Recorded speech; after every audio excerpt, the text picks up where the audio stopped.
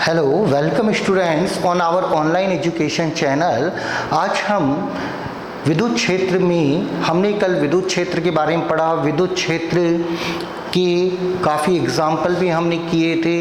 विद्युत क्षेत्र के अध्यारोपण का सिद्धांत भी पढ़ा, मतलब बहुत सारे आवेशों के कारण विद्युत क्षेत्र निकालने का तरीका भी हमने सीख लिया था।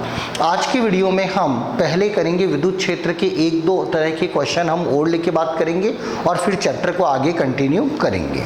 तो मैं आपके सामने क्वेश्चन ले रहा हूँ।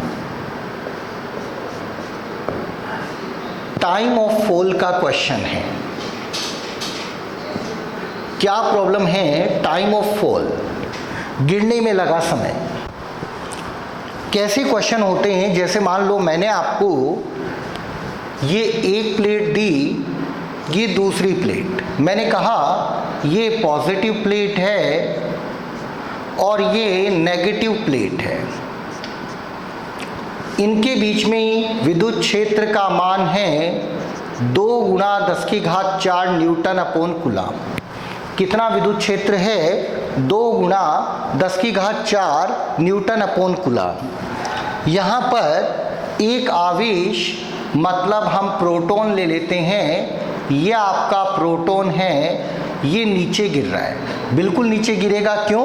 क्योंकि धनावेश है और धनावेश पर बल विद्युत क्षेत्र की दिशा में लगता है, तो सर इस पर बल नीचे लगेगा, तो सीधी सी बात है नीचे गिरेगा। मान लेते हैं इन प्लेटों के बीच की दूरी 1.5 सेंटीमीटर है। आपको प्रोटॉन को गिरने में लगा समय ज्ञात करना है। प्रोटॉन को गिरने में लगा समय ज्ञात करना है। ये आपका क्वेश्चन है। 2 प्लेटें, एक धनावेशित है एक ऋणावेशित है। दोनों के बीच में विद्युत क्षेत्र आरोपित है 2 गुणा 10 की घात 4 न्यूटन अपॉन कूलम। प्लेटों के बीच की दूरी है 1.5 सेंटीमीटर। आपको ये बताना है कि प्रोटॉन को नीचे गिरने में कितना समय लगेगा, और इसी का बी पार्ट में ले लेता हूं कि यह आपका नेगेटिव प्लेट है और ये पॉजिटिव, मतलब अब की बार आपने परिमाण को समान रखते हुए विद्युत क्षेत्र की दिशा को उल्टा कर दिया। वही परिमाण 2 गुणा 10 की घात 4 न्यूटन अपॉन कूलम, बस खाली आपने क्या किया? दिशा को उत्क्रमित कर दिया, उल्टा कर दिया। वही प्लेटों की बीच की दूरी 1.5 सेंटीमीटर और अब की बार इलेक्ट्रॉन गिर रहा है। कौन गिर रहा है? इलेक्ट्रॉन। इलेक्ट्रॉन का मतलब ऋणावेश, और ऋणावेश पर बल किधर लगेगा? विद्युत क्षेत्र की विपरीत दिशा में, मतलब बल लगा नीचे की ओर। सर दोनों स्थिति में, चाहे इलेक्ट्रॉन हो चाहे प्रोटॉन, दोनों आपके नीचे गिरेंगे। आपको गिरने में लगा समय ज्ञात करना है। इलेक्ट्रॉन को गिरने में लगा समय ज्ञात करना है। बिल्कुल आसानी से बेटा, ये मैकेनिक्स के साथ रिलेटेड क्वेश्चन है। कैसे निकालेंगे? तो आप देखिए, सबसे पहले आप बल की बात करो तो मैंने कल की क्लास में आपको सिखाया था लास्ट वीडियो में कि अगर किसी भी आवेश Q को E विद्युत क्षेत्र में रखा जाए तो उस पर बल लगता है QE। तो कितना बल लगा? सर इस पर भी E। क्यों? प्रोटॉन का आवेश E के बराबर, और इस पर भी बल लगा E। क्यों? क्योंकि इलेक्ट्रॉन का आवेश भी बराबर। सर इसके त्वरण की बात करूं तो E अपॉन इलेक्ट्रॉन का द्रव्यमान me, और इसके त्वरण की बात करूं तो प्रोटॉन का द्रव्यमान E अपॉन mp। यह आपने दोनों के त्वरण लिख लिए। अब गिर रहे हैं तो प्रारंभिक वेग 0, प्रारंभिक वेग 0। अब आप सिंपल टाइम ऑफ फॉल निकालना है। गति का दूसरा समीकरण लगाइए, s बराबर ut plus half at square, initial velocity 0, half at square, यहाँ से t स्क्वायर बराबर 2s upon a, 2s upon a का मान बोलो बेटा e अपॉन mp, यहाँ से t का मान under root 2s mp P upon E, और इसी तरह ये तो प्रोटॉन के गिरने का समय आ गया, और इसी प्रकार इलेक्ट्रॉन के लिए निकाल लीजिए तो वो आ जाएगा under root 2s me upon e. Calculate कर लीजिए। अगर मैं प्रोटॉन की बात करूं, मान रख दीजिए 2, दूरी बोलो बेटा s कितनी है, 1.5 सेंटीमीटर को मीटर में बदलोगे 10 की घात -2, प्रोटॉन का द्रव्यमान 1.67 गुणा 10 की घात -27, आवेश 1.6 गुणा 10 की घात -19, विद्युत क्षेत्र का मान 2 गुणा 10 की घात 4, 2 से 2 गया, 1.67 से ये कैंसिल कर दीजिए। इतनी बड़ी कैलकुलेशन में ध्यान नहीं दिया जाता। ये प्लस का 4 है, ऊपर गया माइनस का 4, सॉल्व कर लीजिए। 1.5 का अंडर रूट लगभग 1.3 के समथिंग, ये 1.27 के समथिंग, गुणा ये -19 ऊपर गया +19, तो आप देखिए 19 में से 4 गया 15, 15 में से 2 गया 13, में से 27 गया -14 का अंडर रूट लूँगा तो 1.3 गुणा 10 की घात -7 सेकेंड। ये आपका प्रोटॉन का गिरने का समय आ गया। और इसी प्रकार हम इलेक्ट्रॉन के गिरने का समय कैलकुलेट करते हैं। अंडर रूट 2, दूरी का मान बोलो 1.5 गुणा 10 की घात -2, इलेक्ट्रॉन का द्रव्यमान 9.1 गुणा 10 की घात -31 अपॉन आवेश 1.6 गुणा 10 की घात -19। इलेक्ट्रॉन प्रोटॉन दोनों का आवेश बराबर होता है। विद्युत क्षेत्र की बात करूं 2 गुणा 10 की घात 4, सॉल्व कर लो। अब इतनी बड़ी कैलकुलेशन में ध्यान नहीं देते, आप ध्यान रखना नीचे थोड़ा ज़्यादा है, मतलब इसको 9 से थोड़ा कम मान लेना।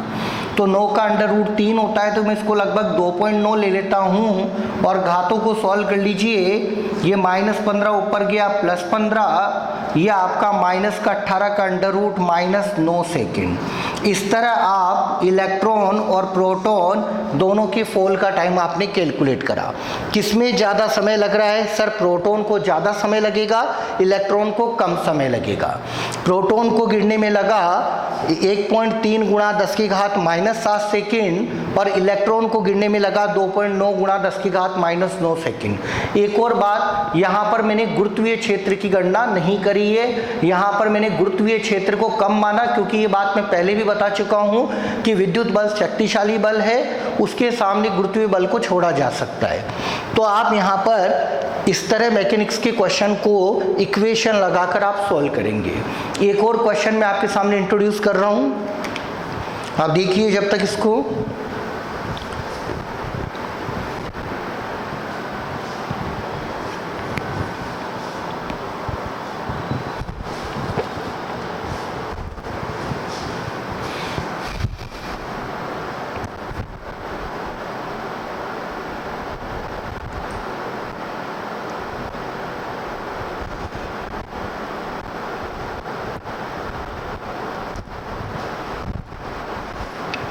हाँ जी, देखिए अगले क्वेश्चन पे चलते हैं बेटा।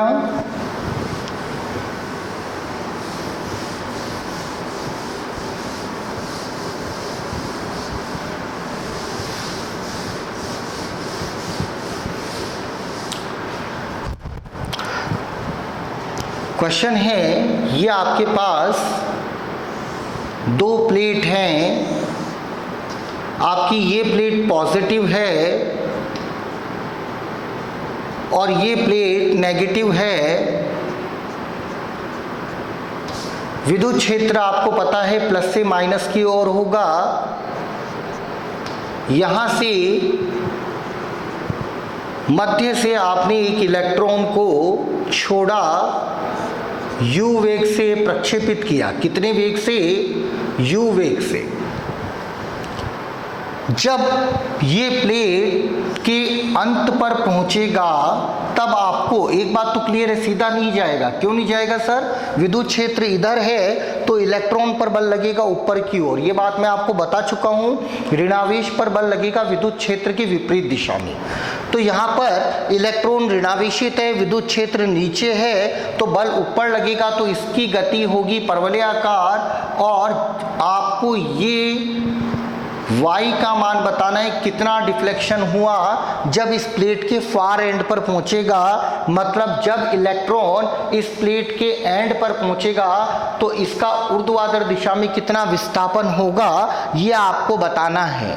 क्लियर बात? क्वेश्चन मैं फिर बोल रहा हूं, आपको इसका विचलन बताना है जब ये यहां पहुंचता है। ठीक है जी।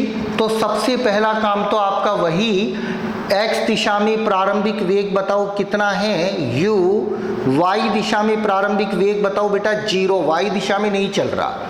x दिशा में त्वरण बताओ, सबको पता है x दिशा में कोई भी त्वरण नहीं लग रहा। क्यों? क्योंकि विद्युत क्षेत्र नीचे है तो बल लगेगा y दिशा में, तो x दिशा में कोई त्वरण नहीं है। और y दिशा में है कितना? बल बट्टे द्रव्यमान, बल कितना लगेगा? QE, मतलब E अपॉन द्रव्यमान। बोलो दिक्कत किसी को? मेरे हिसाब से प्रॉब्लम नहीं होगी। त्वरण का मतलब बल बट्टे द्रव्यमान। सर x दिशा में कोई भी बल कार्य नहीं कर रहा, तो x दिशा में कोई भी त्वरण कार्य नहीं कर रहा। और y दिशा की बात करूं तो y दिशा के अंदर आपका गुरुत्वीय बल नहीं, सॉरी विद्युत बल लग रहा है। क्यों? विद्युत क्षेत्र नीचे तो ऋणावेश पर बल ऊपर की ओर, तो y दिशा में आपका बल लगा E, तो y दिशा में त्वरण हो गया बल बट्टे द्रव्यमान।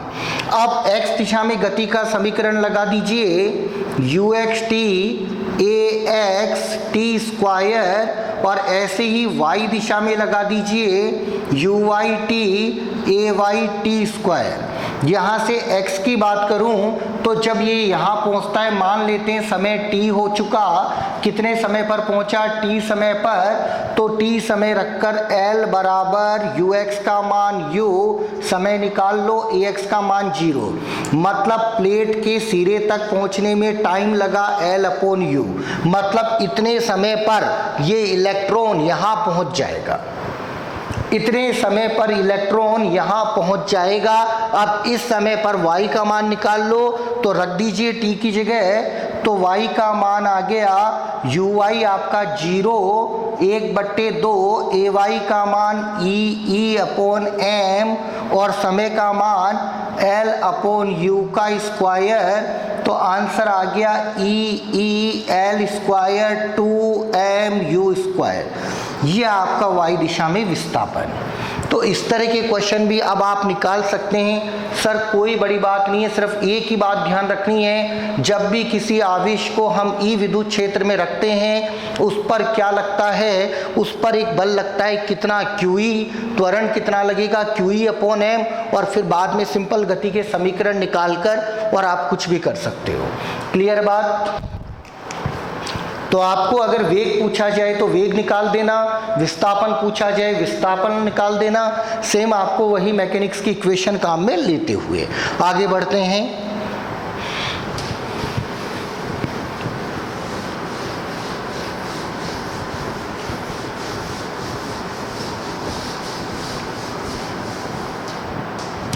ठीक है, एक और क्वेश्चन लेते हैं, उसके बाद अगला टॉपिक हम स्टार्ट करेंगे। मैंने कहा आपको ये दो आवेश दे रखे हैं, एक है 10⁻⁻8 कूलाम आवेश, एक है -10⁻⁻8 कूलाम आवेश। ये दो आवेश आपको दे दिए और मान लेते हैं इनके बीच की दूरी है 0.1 मीटर।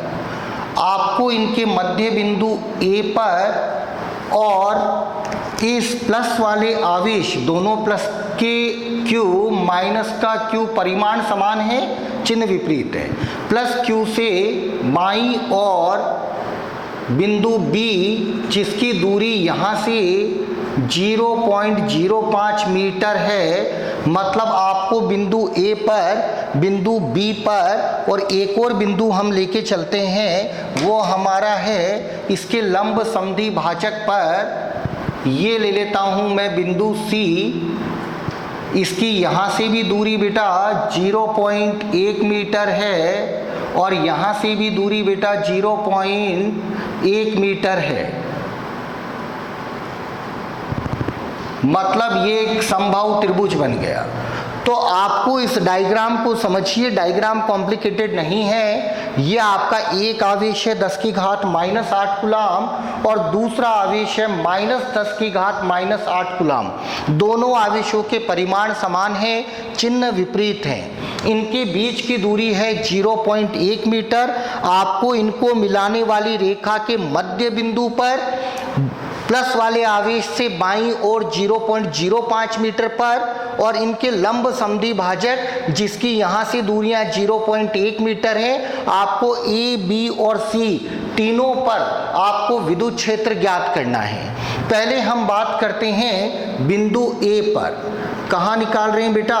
बिंदु ए पर। तो सेम कल की क्लास की जैसे हम यूज में लेंगे, प्लस वाले के कारण विद्युत क्षेत्र प्लस से दूर और माइनस के कारण माइनस की तरफ। ये बात मैंने आपको बता रखी है। प्लस के कारण किसी भी बिंदु पर विद्युत क्षेत्र प्लस से दूर, माइनस के कारण माइनस की तरफ। बताइए, दोनों आवेश के कारण विद्युत क्षेत्र एक ही दिशा में आ रहा है तो वो जुड़ जाएंगे। तो बिंदु ए पर जो विद्युत क्षेत्र आपको मिलेगा वो मिलेगा बेटा E1 प्लस E2।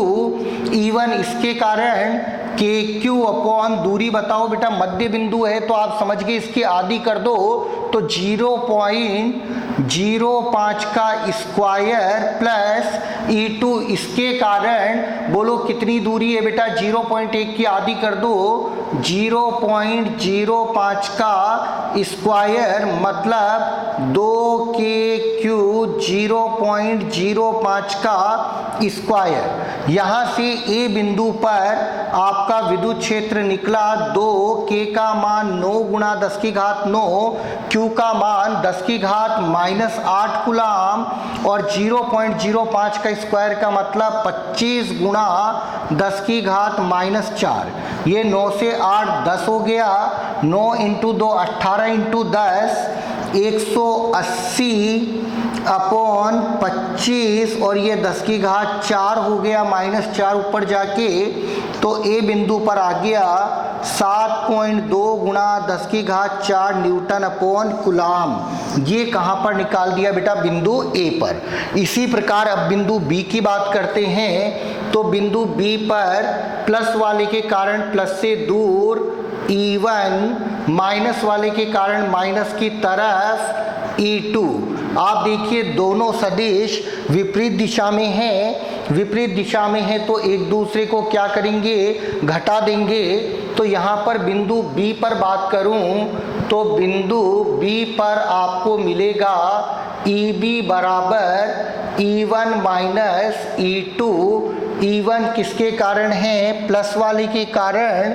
तो KQ 0.05 का स्क्वायर माइनस KQ और माइनस वाले से कितनी दूरी है बेटा? E2 किसके कारण है? इसके कारण।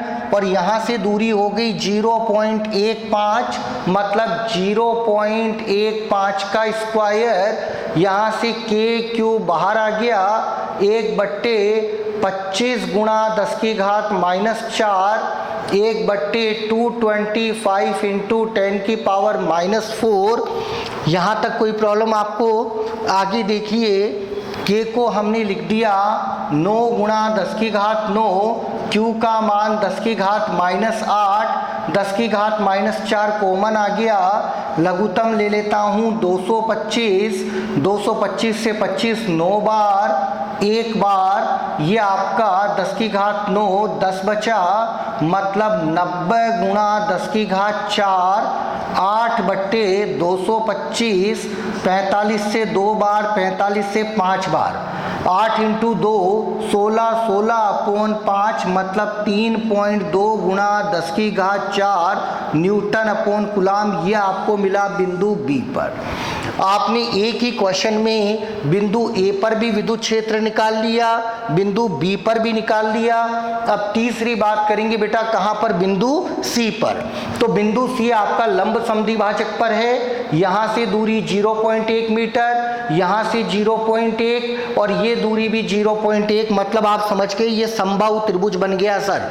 कौन सा त्रिभुज बना? समबाहु त्रिभुज। अब बात करते हैं तो प्लस वाले के कारण किधर होगा?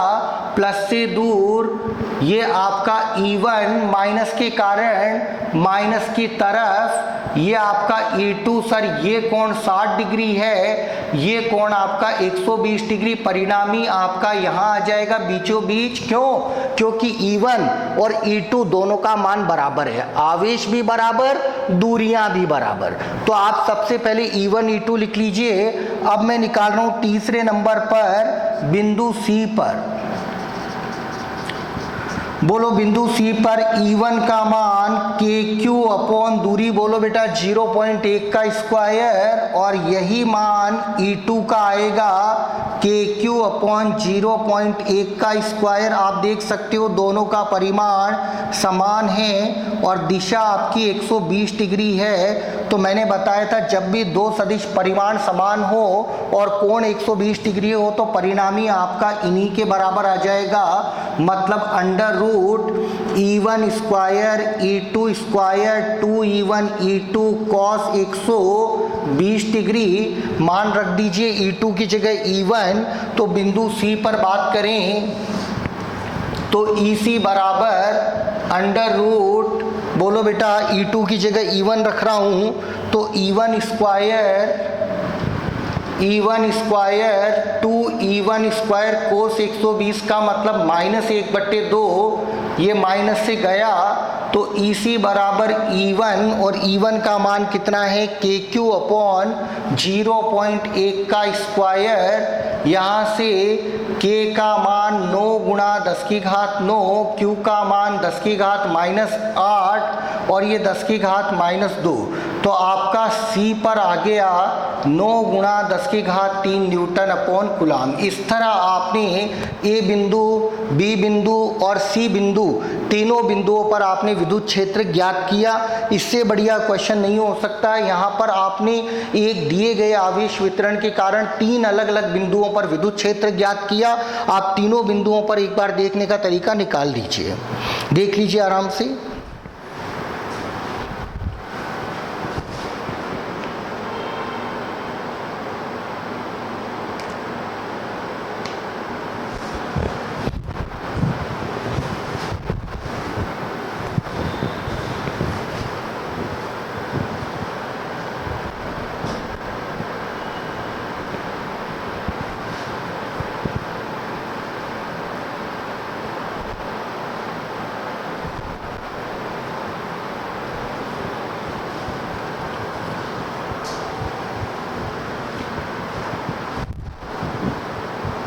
ठीक है, आगे कंटिन्यू करते हैं।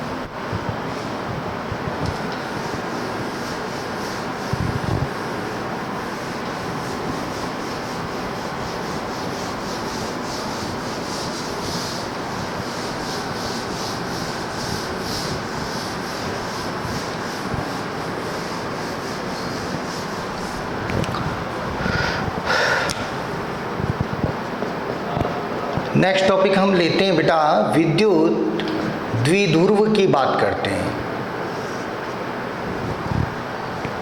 बेटा विद्युत द्विध्रुव का मतलब दो आवेश समान परिमाण तथा विपरीत प्रकृति के आवेश यदि अल्प दूरी से पृथक हैं तो ये विद्युत द्विध्रुव कहलाते हैं।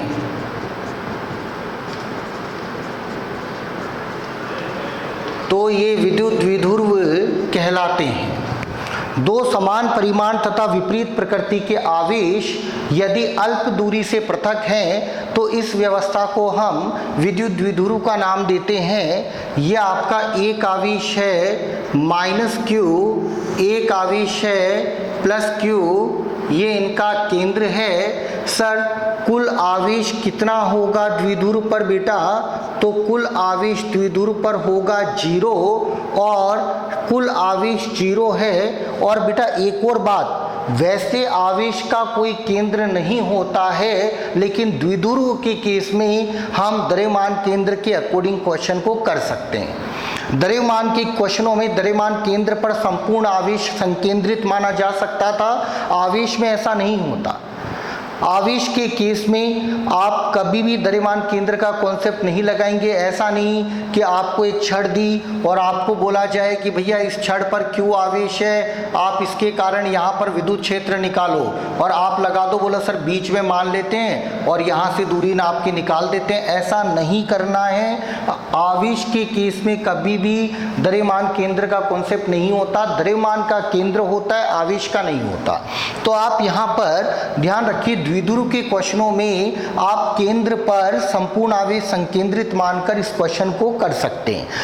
अच्छा, द्विध्रुव आघूर्ण क्या होगा बेटा? द्विध्रुव आघूर्ण डाइपोल मूवमेंट।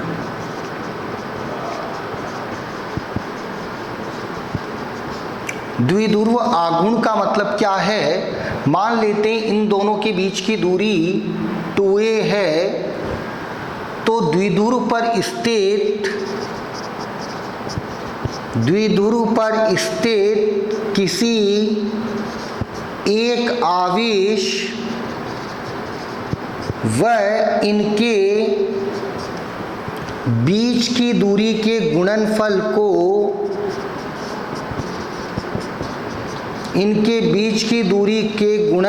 को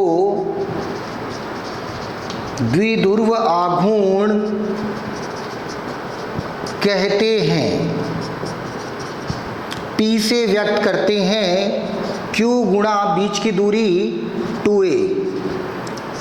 बेटा यह सदिश राशि है। कैसी राशि है? सदिश राशि है।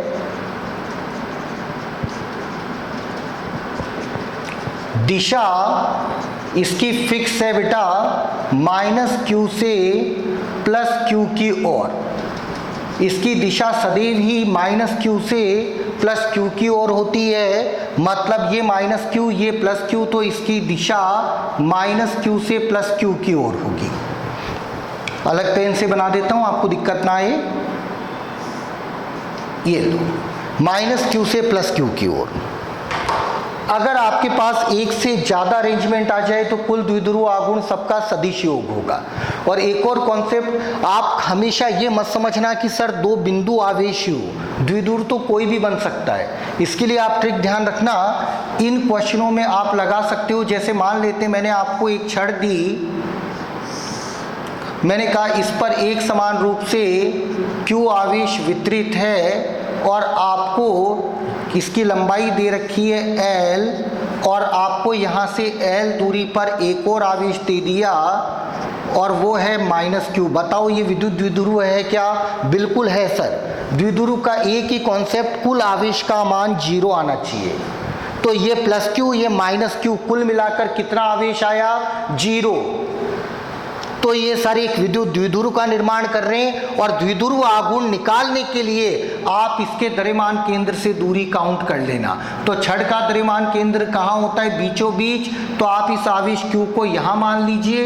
ये दूरी कितनी है? तो बीचों बीच मतलब L/2। तो अब ये द्विध्रुव बन गया। दिशा किधर होगी? -q से +q की तरफ। तो द्विध्रुव आघूर्ण का मान आ जाएगा Q गुणा दूरी, बोलो बेटा, L, और ये द्रव्यमान केंद्र L/2 मतलब 3L/2। ये आपका द्विध्रुव आघूर्ण आएगा। बेसिकली ऐसा करते नहीं है, ये मैंने सिर्फ ट्रिक के तौर पर आपको बता दिया। जनरली होता तो क्या है, आप इसको छोटे छोटे पार्ट में डिवाइड करो, उसको भी छोटे छोटे पार्ट पे बांटो, हर एक छोटे से बिंदु आवेश का कॉम्बिनेशन उठाओ और फिर कुल का समाकलन करो। बट ऐसा करने की आपको जरूरत नहीं है, ये तरीका बिल्कुल फिट बैठता है। जैसे मैंने आपको कहा कि भैया ये एक वलय है अर्धवर्ताकार, इस पर Q आवेश वितरित है, इसके केंद्र पर -q रखा हुआ है, त्रिज्या इसकी R है। बताओ द्विध्रुव है या नहीं है? बिल्कुल है सर। ये Q, ये माइनस Q, कुल आवेश 0, क्या बना? द्विध्रुव बना। देखो बेटा बहुत बढ़िया तरीका है ये, हर कोई नहीं बताएगा, नहीं तो आप घंटों तक इसका इंटीग्रेशन करते रहेंगे, कोई फायदा नहीं है। मैंने कहा विद्युत क्षेत्र निकालने के क्वेश्चनों में ऐसा कॉन्सेप्ट काम में मत लेना गलती से भी, सिर्फ द्विध्रुव आघूर्ण निकालने तक ये बात लिमिट रहेगी। अगर द्विध्रुव आघूर्ण का है तो आप ये कॉन्सेप्ट लगा सकते हो। आप बताइए, ये वलय है, अर्धवर्ताकार वलय का द्रव्यमान केंद्र कहाँ होता है? तो सबको पता है सर 2r/π पर आपने सिखाया था 11th क्लास में, तो ये आपको पूरे प्लस Q को आप यहाँ मान लीजिए। अब ये पूरा एक द्विध्रुव बन गया -Q प्लस Q, द्विध्रुव आघूर्ण होगा माइनस से प्लस की ओर, और कितना आ जाएगा? तो बोलो Q गुणा दूरी कितनी है? 2r/π। ये लो भैया। तो इस तरह विद्युत द्विध्रुव का मतलब क्या है, बात समझिए। दो आवेश जिनके परिमाण समान हैं, चिन्ह विपरीत हैं, अगर एक दूसरे से अल्प दूरी से पृथक हैं तो इस व्यवस्था को हम विद्युत द्विध्रुव बोलते हैं। द्विध्रुव की खास बात, इस पर कुल आवेश कितना है? 0, लेकिन फिर भी यह विद्युत क्षेत्र उत्पन्न करता है। आगे चलेंगे, विद्युत विभवांतर भी उत्पन्न करता है। और द्विध्रुव आघूर्ण का मतलब क्या है? द्विध्रुव पर स्थित कोई भी एक आवेश ले लो, इनकी बीच की दूरी के गुणनफल को हम द्विध्रुव आघूर्ण बोलते हैं। एक क्वेश्चन हम आपके सामने एक और लेते हैं जो आपकी बुक के अंदर भी है।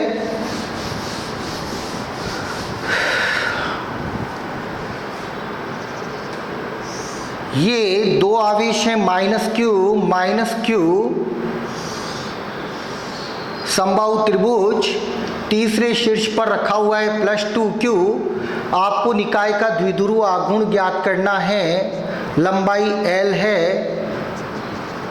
अब देखिए बेटा, एक तरीका तो वो जो मैंने आपको बता दिया, वो तरीका क्या है? सर दोनों आवेश बराबर हैं तो आपको पता है द्रव्यमान केंद्र बीचों बीच आएगा, तो बीचों बीच आएगा, कितना आवेश ले लूंगा? आपको पता है द्रव्यमान केंद्र पर संपूर्ण आवेश, संपूर्ण द्रव्यमान संकेंद्रित होता था, तो यहाँ पर भी इस बिंदु पर आप पूरा आवेश मान सकते हो। कितना मान सकते हो? बोलो -2Q। अब इनको भूल जाओ, ये -2Q बन चुका है। अब ये -2Q और ये +2Q, बताओ द्विध्रुव बना या नहीं बना? सर बन गया। कुल आवेश 0 है, द्विध्रुव आघूर्ण इधर आ जाएगा और कितना आएगा? बोलो आवेश का मान 2Q और बीच की दूरी L, ये L/2, तो ये कर्ण स्क्वायर माइनस आधार स्क्वायर, ये √3L/2, तो ये आपका आ गया √3L/2। आंसर आएगा बेटा √3Q गुणा L। ये तो आपको ट्रिक के तौर पर निकाल सकते हो। और अगर आपको पास बोर्ड में ऐसा क्वेश्चन आ जाए तो आपको ट्रिक नहीं लगानी है, आपको मेथड से करना है। तो बोर्ड के बुक में पीछे आपको ये दे भी रखा है कैसे आपको करना है इस क्वेश्चन को। तो आप वापस ये समबाहु त्रिभुज उठाइए, -Q प्लस Q, ये आपका समबाहु त्रिभुज L L L, ये प्लस का 2Q। बेटा +2Q को हमने दो भागों में लिख दिया, +Q प्लस Q। एक द्विध्रुव ये बन गया -Q प्लस Q, एक द्विध्रुव ये बन गया -Q plus Q। Same question है, -Q प्लस 2Q। मैंने 2Q को दो भागों में तोड़ लिया, Q और Q। एक आपका द्विध्रुव ये बना, तो इसका द्विध्रुव आघूर्ण माइनस से प्लस की और P1 बराबर Q इंटू बीच की दूरी L। ऐसे ही एक द्विध्रुव माइनस प्लस एक ये बन गया, बोलो P2 बराबर वही आवेश कितना है Q, बीच की दूरी कितनी है L, दोनों के बीच का कोण 60 डिग्री। सर परिणामी आपका निकाल लीजिए, परिणामी बीचों बीच आएगा। क्यों आएगा बीचों बीच? क्योंकि बेटा दोनों का परिमाण समान है, ये भी QL ये भी QL, कोण कितना है 60 डिग्री। परिणामी आप निकाल सकते हो P1 square P2 square 2P1 P2 cos 60 degree. P2 की जगह P1 रख दीजिए, दोनों का मान बराबर है, तो ये आपका P1 square plus P1 square 2P1 square 1/2 मतलब √3 P1 √3Q इंटू L। बोलिए बेटा कोई दिक्कत इस बात में? तो इस तरह आप विद्युत द्विध्रुव के द्विध्रुव आघूर्ण के क्वेश्चन कर सकते हो। अगली क्लास में हम इसको कंटिन्यू करेंगे अगले वीडियो में। आज आपको वही विद्युत क्षेत्र के क्वेश्चनों की प्रैक्टिस करनी है। अगली क्लास में हम इस विद्युत द्विध्रुव के कारण विद्युत क्षेत्र ज्ञात करेंगे और द्विध्रुव पर लगने वाले बल आघूर्ण और इसको घुमाने में किए गए कार्य के बारे में पढ़ेंगे। ठीक है, थैंक यू।